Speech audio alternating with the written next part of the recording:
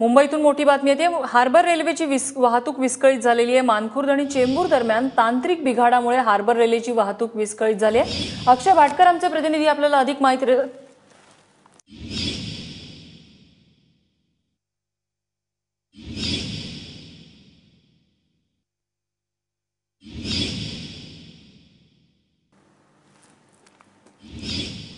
अक्षय भाटकर आमचे प्रतिनिधी आपल्या सोबत आहेत। अक्षय, नेमकं काय झालेलं आहे हार्बर रेल्वेवरती?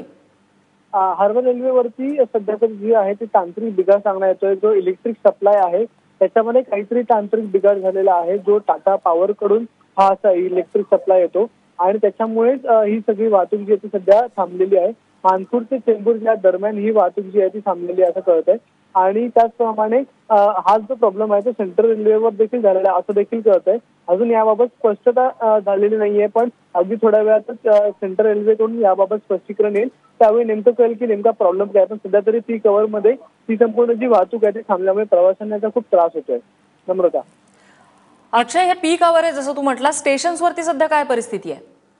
स्टेशनवरती देखील खूप मोठ्या प्रमाणामध्ये सध्या गर्दी दिसून येते, कारण की हार्बर लाईनवर दोनच ट्रॅक आहेत, अप आणि डाऊनचे। फास्ट ट्रॅक त्या ठिकाणी नाही, त्यामुळे काही प्रॉब्लेम झाला तर गाड्या वळवण्यात देखील येऊ शकत नाही। त्यामुळे या दोनच ट्रॅक असल्यामुळे खूप मोठ्या प्रमाणामध्ये चेंबूर, कुर्ला असेल किंवा मानखुर्द असेल, हे जे मोठे स्टेशन आहेत, वाशी असेल, या स्टेशनवर मोठ्या प्रमाणामध्ये गर्दी सध्या दिसून येते।